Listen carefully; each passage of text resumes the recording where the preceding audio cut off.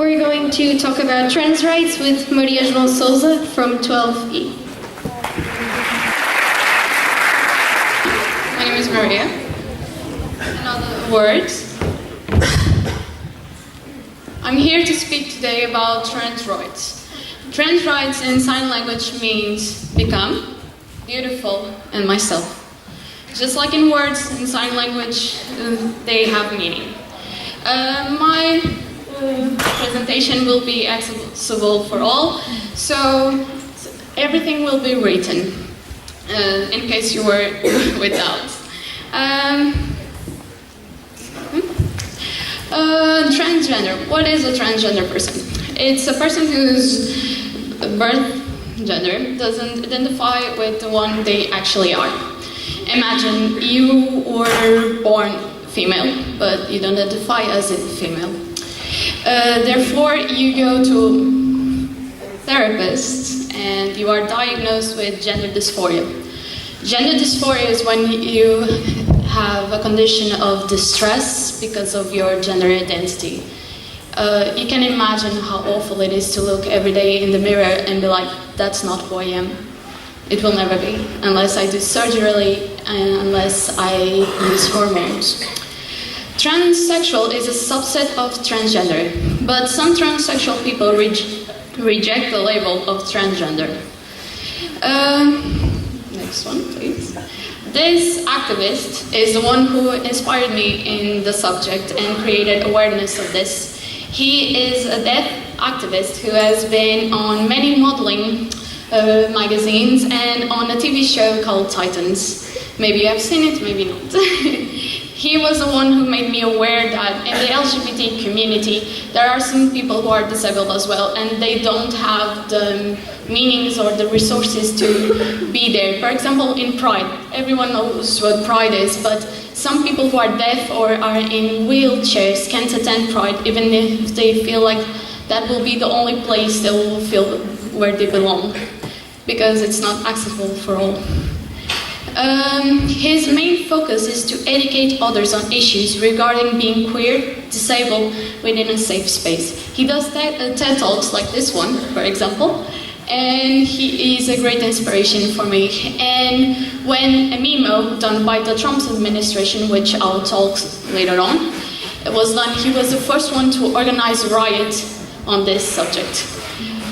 Myself, I learned about the Stonewall riot, which was the first LGBT riot, was done by a trans black woman who was a prostitute as well. So if you ever think about the rights we have today, it was done by a black transgender prostitute. The next one. This is the memo that caused the revolution last year, and it's still in debate because people think they have the right to choose what we do with our bodies. The memo states, the sex listed on a person's birth certificate as originally issued shall constitute definitive proof of a person's sex unless refuted by reliable genetic evidence. For example, Chella, who was the one who was before, if you can go back just to show who he is. This man, he is transgender. He has been on testosterone for 2 years. He has done top and bottom surgery. And you are telling me he has to go to the same bathroom as me? Because that's his birth gender. That doesn't make any sense, does it now? How can you say this is a woman by law? This is a woman? Are you kidding? Make some sense. And even in the Netherlands, who is one of the most advanced countries in regards of LGBT rights, you have to have been on testosterone in the case of male transition. You have to be on hormones for 3 years. He has only been on within 2. You have to have top and bottom surgery to be recognized by that gender.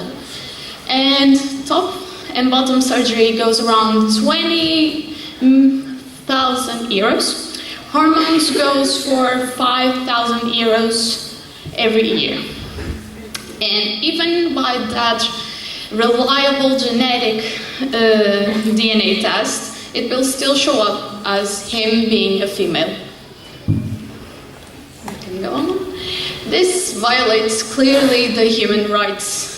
This is the second one, which I think is the most important one. Everyone is entitled to all the rights and freedoms set forth in this declaration, without distinction of any kind, such as race, color, sex, language, religion, political, or other opinion.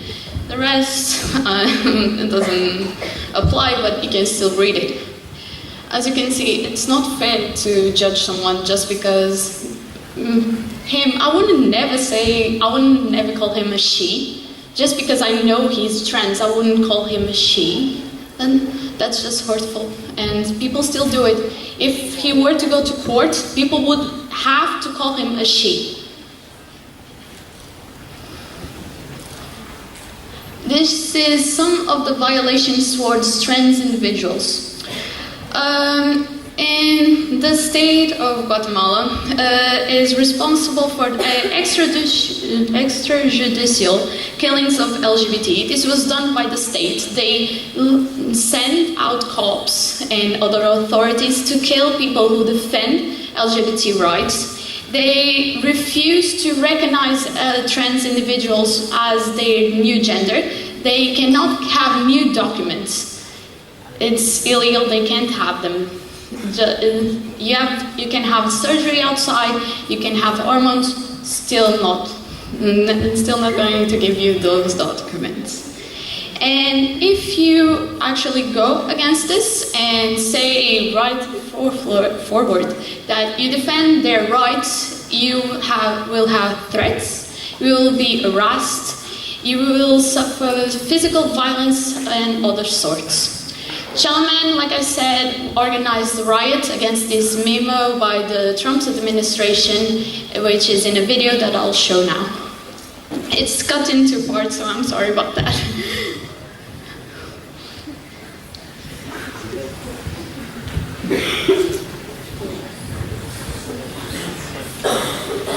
I want to thank you all for coming out on this super hot night. Growing up in central Pennsylvania, there was a point in my life where I didn't believe I'd ever see this many queer supporters here, so thank you. I also want to say I will be posting this later, so anyone who's deaf and hard of hearing can read it on Instagram. This morning I had company over when I heard the news. I was trying my best to smile and hold back the tears. But then, with the help of my friend Philip McCarty, I realized we should not be burdened having to pretend this is any other day. This is not at all normal or okay.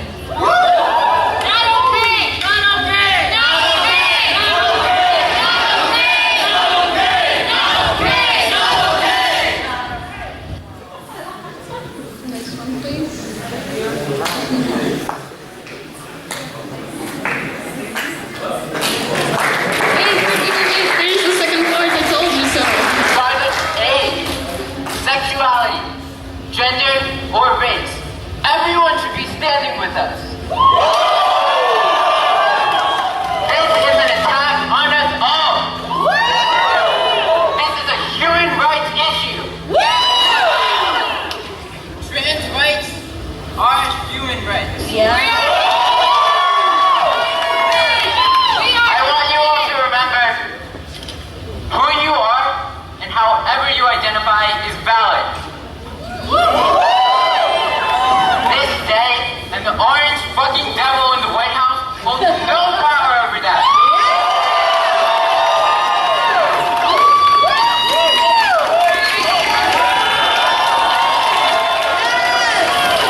I forgot there was that one swear word. I'm sorry, the teacher is about me. She warned me not to swear. But like I said, trans rights are equal rights. Respect everyone's rights. It doesn't matter who you are, what you identify as. Just respect people. They are like you. Even if you think, oh, they're low class, he's trans, he's blah, blah, blah. No, it doesn't matter. He's a human. So thank you.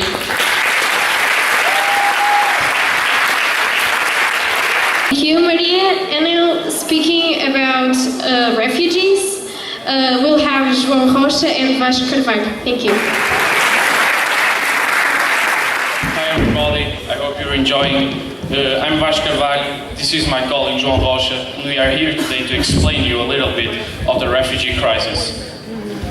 What's up everyone? So at some point of your life I bet you all heard about the refugee crisis because of the armed conflicts in the Middle East. You probably heard about it on the internet, news and so on. Now my colleague Vasco is going to walk you through what a refugee really is. So, a refugee is someone from another country, of course, who was forced to leave his country or her country due to war, persecution, or natural disasters. Nowadays, there are about 70.8 million refugees, and it is increasing by 37,000 every day. So now, we are going to show you the top 5 countries with the biggest numbers of refugees. The first one, Syria, 6.7 million refugees. The second one is Afghanistan with 2.7 million refugees. This is due to the war. Third one, South Sudan, 2.3 million. Myanmar, 1.1 million refugees. And the fifth, Somalia with 900,000 refugees, I'm sorry. So, the Middle East, as you all probably can tell, most refugees come from there because in the last 2-3 decades, the armed conflicts have been way worse than they're getting out of hand, basically. And I'm going to explain to you what the Syria war really is and why it's causing all the fuss. Well, the war in Syria began at March 15 of 2011. And because of this, families, hundreds or thousands even, families suffered because of these conflicts, and hundreds of thousands of people died because of it. And also the country is completely torn apart. And yeah, that's pretty much it. It's like that the standard of living in Syria, as you can see, by decades. And nowadays there's around 12 million people that need humanitarian aid, and they don't have it. The only humanitarian aid that they're getting is from the UN. And it's so little that it doesn't have for everyone, because the country is not producing any resources. So as you can see, Syria in 2011 and now in 2015. And just a quick update, in October of this year, it began a military operation in the south-north of Syria in October. And just listen closely, in only a time span of 1 month, 130 civilians died and around 160,000 fled, including 7,000 children. Just listen to it, 7,000 children that couldn't have a normal childhood and a peaceful life. So, now, the Afghan Civil Wars. The first one in 1979 caused the first wave of refugees from Afghanistan to Pakistan and Iran. Well, this was caused by the Soviet invasion. Then, when the war ended in 1989, the refugees, of course, returned to their homes. Well, in 1919, Pakistan hosted about 6.3 million refugees. Think about this. This is more than half of our population. Well, in 1992, Afghan Civil War started, another one, because of religious persecution, which caused, again, a second wave of refugees to Pakistan and Iran. For 32 years, Afghanistan held the title of the country with the biggest number of refugees. But now, as we have shown you, it is the second one, because the first one is Syria. Another picture of what was Afghanistan and what it is now. It's completely less crumbling. Now, the immigration, Mexico to the USA. You can see here in this graphic, the number has been increasing, but in 2007, it decreased until now. Why? Because of the laws the United States have... because of the laws of the United States. You can see this. So what are the reasons and the consequences of this illegal immigration? The reasons, of course, persecution, gang violence and lack of health care and law enforcement. The consequences, death and prison. How to turn it legal? Well, first, someone must sponsor you a petition. If accepted, you will get a green card. Then, you will go to a medical examination. If you pass, you go to an interview, and if everything goes correctly, you will be a legal Mexican in the US. Well, now I'm going to walk you through the refugee crisis that we have in Portugal. Yeah, we're also affected by it because there are millions and millions of refugees coming from the Middle East, and they're fleeing from their homes to try to find themselves a new home in Europe because, let's face it, here in Europe you can have a peaceful life, you can begin from nowhere, and that's pretty much it. You can have a peaceful life. And because of it, every country can take so many refugees and have so much resources to take care of them. So the EU countries decided to each country take their share of refugees, and Portugal is no exception. In 2015, our Prime Minister António Costa asked to take around 1,600 refugees and said that Portugal could support at least 10,000 of them. And currently, our country pledged to take around 4,600 of them. And the refugees that come here, they're offered 18 months of shelter in the house, and they're given a salary of around 150 euros, so they can start all over again and begin their new life in Portugal. And they're also given language classes, so they can integrate themselves in our society and not feel the inclusion. And there's one problem, that not every single one of the refugees goes to the main cities such as Lisbon or Porto, and some of them go to the rural areas of our country where they feel more excluded, and there's a way bigger gap of communication because, let's face it, the people on the rural areas of our country barely know how to speak English, so there's a big gap between their communication. But yeah, that's pretty much it with Portugal. And yeah, at 20th of June, I didn't do this as well.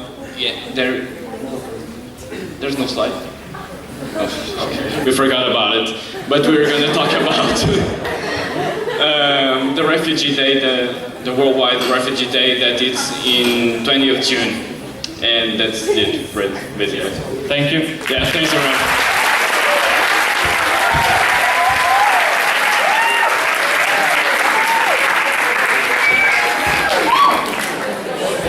Thank you. And now our final intervention with 11B, Leisure with Diogo Rocha and Gonçalo Silva. Thank you.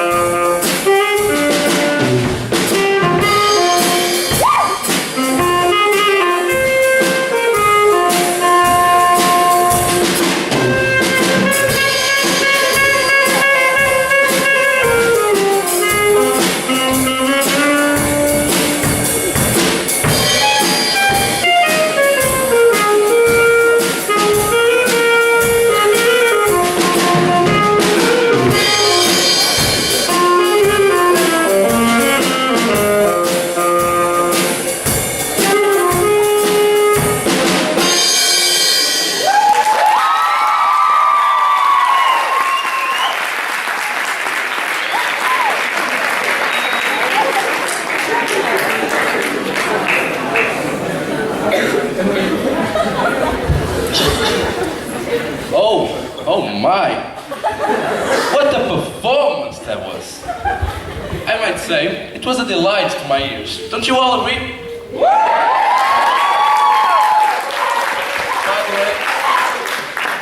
By the way, that was Elena on the drums and Samuel on the saxophone. Oh, I'm sorry.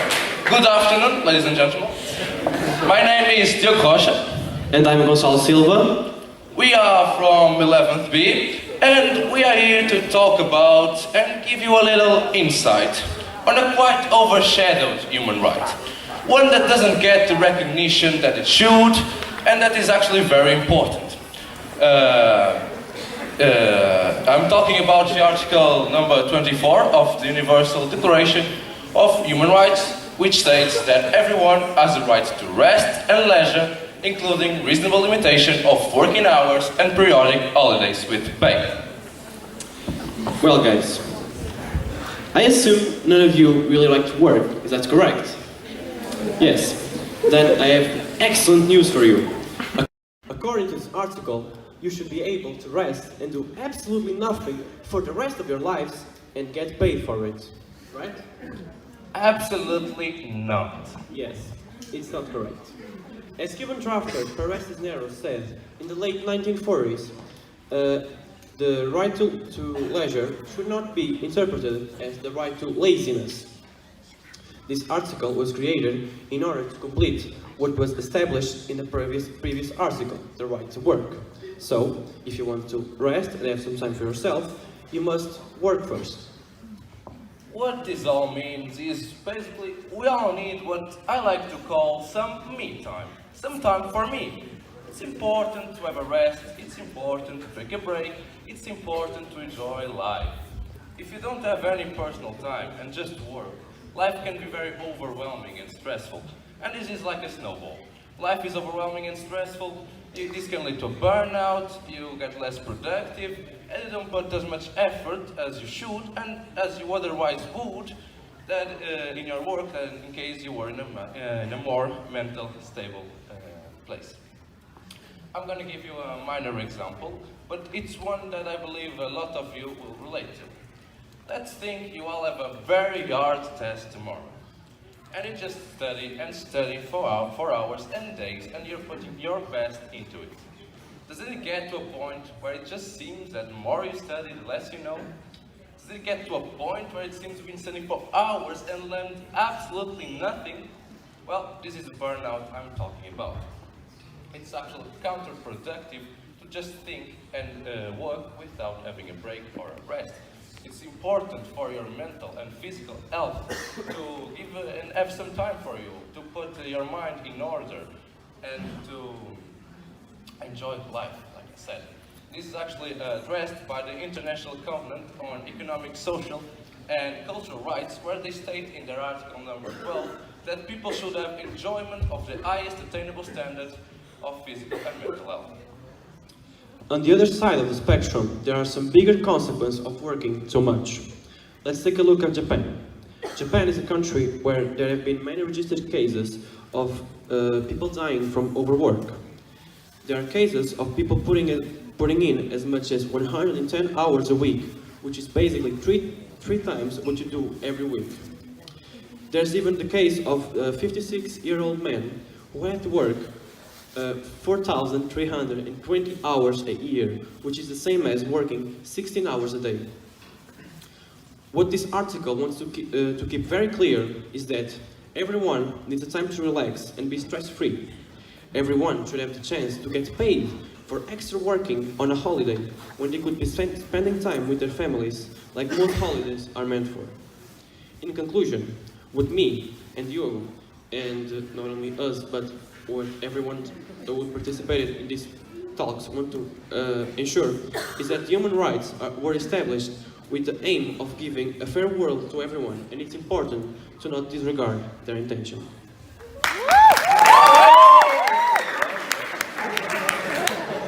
Now, just for your pleasure, Samuel and Elena will play again. Enjoy!